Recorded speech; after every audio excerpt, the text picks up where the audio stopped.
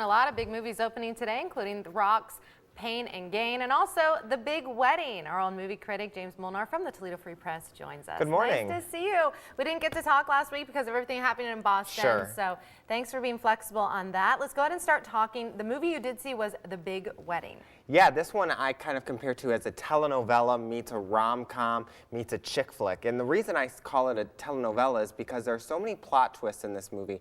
And it's fascinating because you have Robert De Niro, Katherine Heigl, Diane Keaton, Amanda Seyfried, Topher Grace, Susan Sarandon, Robin Williams. And it's like one of those movies I was telling you earlier that you have these big starred movies, but the screenplay is kind of a mess.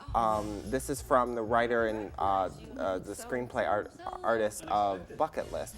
And so, and also for some reason, because Amanda Seyfried plays the bride in this movie, it almost reminds me of Mamma Mia without the singing. Oh, interesting. But I enjoyed Mamma Mia a little better. This one I gave 2 out of 5 stars. Oh, wow. It also seems crude for the sake of being crude without...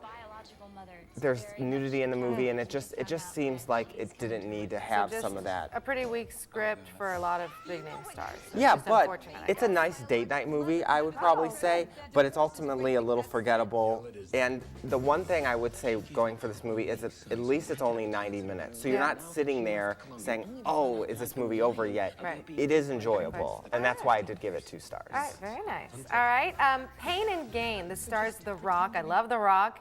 And what are the reviews so far of this movie? The reviews have been mixed so far, and it's kind of going 50-50, and it's basically saying it's an interesting plot. It's based on a true story of a magazine series chronicling these gentlemen, and but ultimately it's saying it kind of makes light of something of a true story where people actually died, and so people aren't.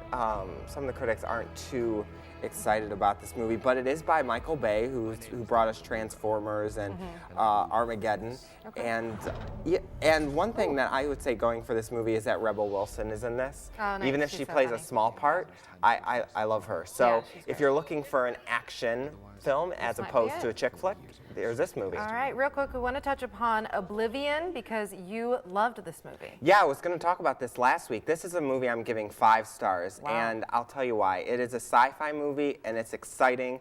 Tom Cruise is in it, which sometimes can be a good thing or a bad thing, but at the same time, I find that this was a collage of great sci-fi, and it just does really well. It's heart-pounding, plot-twisting, and you don't see every plot twist coming, and I really enjoyed it. This is from the director of Tron Legacy. Yeah. So if you love Tron Legacy, you're going to love this movie. Some critics, and as you may have known, some critics are not liking this movie because they call it unoriginal, but the reason I like it is because it takes good moments from like The Matrix and Independence Day and WALL-E, kind of all rolls them into one for a really fun time at the movies, especially on IMAX. All right, Oblivion, 5 stars. All right, James, how can people read more about what you're thinking about everything? Well, they can go to ToledoFreePress.com/movies or my blog, thegoldknight.com. All right, sounds good. Always nice to see you. Thanks so much. James Molnar from the Toledo Free Press.